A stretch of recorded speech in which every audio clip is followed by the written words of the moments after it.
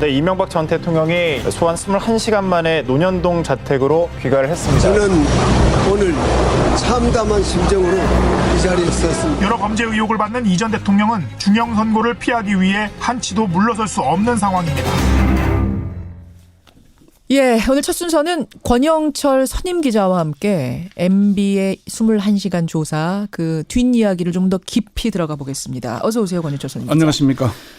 조금 전 귀가를 했습니다. 네. 묵묵부답으로 차에 탄 채 청사를 빠져나왔습니다. 네. 조사 시간 이 예상한 정도로 걸린 건가요? 더 길어진 건가요? 이게 검찰이 원래 오전 9시 반에 나와달라고 한 것은 14일 안에 조사를 끝내겠다는 의지였거든요. 예. 어제 사실은 문무일 검찰총장이 한 밤 10시가 넘어서 귀가한 걸로 제가 파악을 했는데. 총장이? 예. 그때쯤에는 실질적인 조사는 거의 마무리 단계였다고 합니다. 최종 조사는 11시 55분이고. 예, 거기까지 갔는데 10시쯤에 이미 조사할 내용은 거의 다 됐다. 그다음에 이제 뭐 기록 검토 시간이니까 귀가했다는 얘기를 들었으니까 예상에서 크게 벗어나지는 않았고요. 그리고 뭐 한 6시간 반 정도 기록을 검토했는데 박근혜 전 대통령보다는 조금 짧았죠. 그러네요. 특수수사통들에게 물어보면 기록 검토를 쉽게 하는 경우는 한 4시간 정도. 꼼꼼하게 하면 7시간 정도 걸린다고 하니까 뭐 6시간 반 정도는 제법 꼼꼼하게 한 셈입니다. 오늘 사실은 권영철의 Y뉴스를 앞으로 땡긴 거 아닙니까? 네. 잡아오신 주제를 보니까 이명박 전 대통령 검찰 조사에서 왜 당황했을까? 예, 이렇게 잡아오셨더라고요. 그렇습니다. 아니 출두할 때만 해도 목소리 높이고 들어갔는데 당황했다는 얘기가 들려와요? 예, 제가 그렇게 취재를 했는데요. 아마 예상하지 못한 증거 자료들이 제출되면서 이명박 전 대통령이 상당히 당황했다 이런 얘기를 들었습니다. MB가 예상치 못했던 자료들, 증거 자료들을 검찰이 불쑥불쑥 내미는 통에 당황했다. 예. 통상 검찰이 피의자를 소환해서 조사를 할 때 수사를 통해서 수집된 증거 자료들을 다 내보이지는 않습니다. 예. 숨겨둔 카드가 있어야 재판에서 유죄를 입증하는 데 유리하지 않겠습니까? 그렇죠. 그런데 이제 이 전 대통령에게는 수집된 증거 자료들 상당 부분을 보여준 것으로 알려졌습니다. 검찰의 한 핵심 관계자는 원래 수집된 증거 자료를 다 보여주지 않고 이래도 모른다고 할 테냐 이 정도만 보여주는데 이번에는 많이 보여준 편인 걸로 안다. 왜요? 왜 이번엔 많이 보여줬어요? 워낙 뭐 이명박 전 대통령의 조사는 예정대로 갔다 그럽니다. 그래서 그 MB 이제 전 대통령이 당황했다는 얘기는 이 전 대통령이 조사를 받으면서 자기가 예상하지 못했던 진술 증거들이 나오니까 이게 당황해하는 그런 모습들을 보였다는 겁니다. 그만큼 검찰 수사가 탄탄했다는 얘기가 되는 건가요? 그렇습니다. 이명박 전 대통령의 부인에도 불구하고 다스는 MB 거라는 걸 밝힐 증거와 진술들을 확보해 뒀다는 얘기가 되는 겁니다. 사실은 20여 개 혐의나 된다는 건 다른 말로 하면 결정적 한 방이 없는 거 아니냐라는 얘기도 사실 있었는데 그건 바깥에 알려진 것이고 결국은 결정적 한 방이 있었던 거예요. 그러니까 철벽 같았던 이명박 전 대통령이 당황할 정도라면 검찰 수사가 상당히 깊이 있게 진행됐다는 걸 입증하는 것 되지 않겠습니까? 그러네요. 그래서 검찰 특수통 원로 법조인들에게 물어보니까 문무일 총장과 윤석열 검사장이 상당히 복이 있는 사람이다. 이런 얘기들까지 하더라고요. 복이 있다니요? 그 얘기는 수사가 예상과 달리 잘 풀렸다는 겁니다.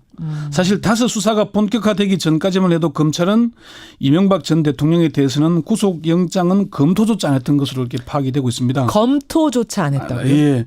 원세훈 전 국정원장의 그 댓글 공작. 시작은 사실 댓글부터 시작한 거거든요. 그렇죠. 수사가. 그리고 국정원 특활비 문제가 이제 또 뚫리면서 이게 시작된 거 아닙니까? 이때만 해도 전직 대통령에게 구속영장을 청구할 사안은 아니라고 봤다는 겁니다. 검찰의 한 고위 관계자는 국민들은 다스는 누구 겁니까? 운동을 벌이면서 관심을 나타내지만은 다스가 MB 거라는 걸 밝힐 방법이 없었다. 그런데 측근들이 줄줄이 불기 시작하면서 수사가 의외로 쉽게 풀렸다 이렇게 얘기를 했습니다. 그렇죠. 예, 이 전 대통령 검찰 조사에서도 다스는 자기 거 아니라고 계속 부인했답니까? 일관되게 부인한 것으로 파악이 됐습니다. 그래요? 검찰에서 이 전 대통령에 대한 조사가 평화롭게 진행됐다 이렇게 말을 했거든요. 이 말은 예상에서 벗어나지 않고 조사 내용을 둘러싸고 의견 대립이나 충돌이나 이런 게 없었다는 얘기가 되는 겁니다. 그러면 검사는 뭔가 결정적인 걸 들이밀면서 계속 묻는데 이쪽에서는 계속 그냥 모르쇠로 이걸 들이밀어도 뭐 당황은 하지만 어쨌든 모르쇠. 저걸 들이밀어도 모르쇠.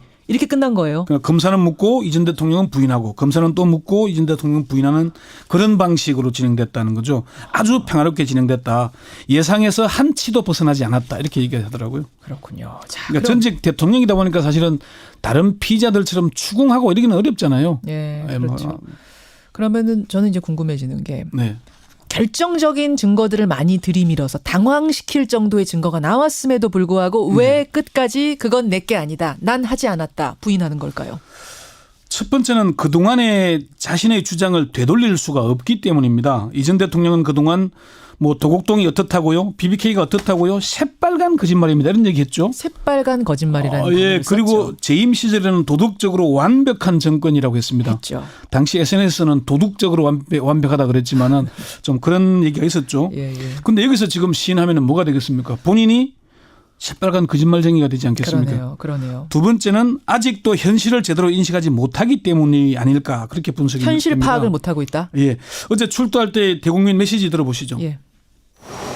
저는 오늘 참담한 심정으로 이 자리에 섰습니다. 무엇보다도 민생 경제가 어렵고 한반도를 둘러싼 민생 경제 엄중한 한반도 상황. 예. 이게 지금 검찰 조사받으러 가는 전직 대통령이 할 얘기는 좀 아닌 듯 하거든요. 그러게요. 국민들에게 심려를 끼쳐서 죄송하다. 검찰 조사 성실히 받겠다.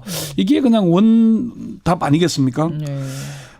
자신이 왜 검찰에 소환됐는지를 모르는 것인지 애써 외면한 것인지 재임 시절에도 747 공약, 4대강 사업, 자원 외교 등등 사실 제대로 된 게 없다는 평가들이 많지 않습니까? 그렇죠. 그렇죠.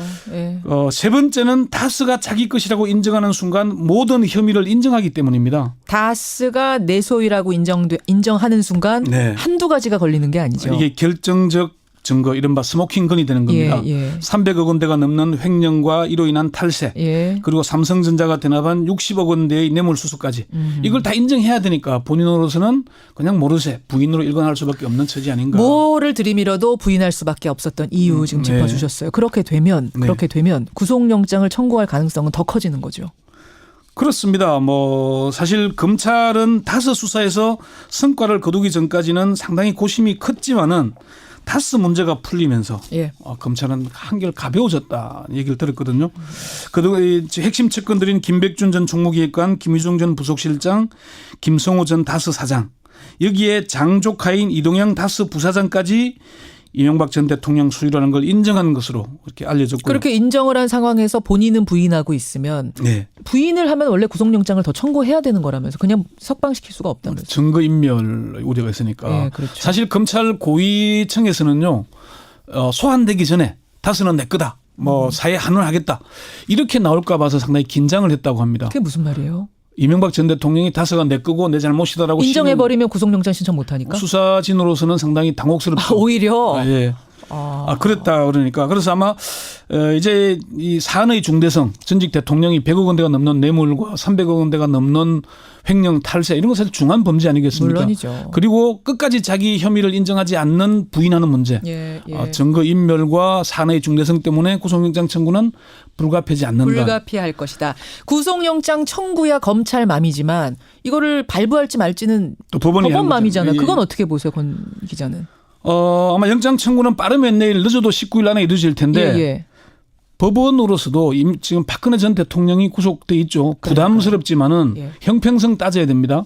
그리고 이명박 전 대통령의 측근들 예. 다 구속돼 있죠. 그렇죠. 그 사안의 중대성이나 이런 걸 볼 때 측근들이 구속됐는데 책임자가 구속 안 된다. 말하자면 종범이 구속돼 있는데 네. 주범을 과연 대통령이었었다는 이유만으로 구속 안 시킬 수 있겠는가? 그렇죠.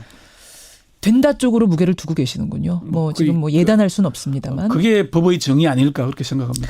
근데 이 전 대통령 측의 입장을 한번 보죠. 잠시 후에 제가 2부에서 이재호 전 의원을 연결을 할 거긴 합니다만 네. 여전히 정치 보복이란 입장이거든요. 그렇습니다. 전직 대통령이면서 중대한 범죄 혐의로 수사를 받고 있는데 그게 왜 정치 보복인지 저는 잘 이해가 안 됩니다만은 이 전 대통령 측은 그런 입장을 바꾸지 않고 있습니다. 그렇죠. 어제 출두할 때 말 다시 잠시 한번 들어보시죠. 예. 전직 대통령으로서 물론 하고 싶은 이야기도 많습니다만은 말을 아껴야 한다고 스스로 다짐하고 있습니다. 다만 바라건대 역사에서 이번 일로 이게 말을 아낀다는 게 내가 정치 보복 얘기는 하지 않겠다. 이런 뉘앙스죠. 제가 이따가 이재호 전 의원한테 한번 물어볼게요. 말 아낀다고 하는 그 말줄임표 안에는 뭐가 들어있었던 건가? 건 기자가 보기에는 네. 정치 보복이라고 나는 생각한다라는 말을 하고 싶었던 게 아니냐? 예, 그게 이제 지난 1월 17일 기자회견에서 정치 공작이요, 정치 보복이라고 얘기했거든요. 그 얘기도 다시 한번 들어보시죠. 예, 예.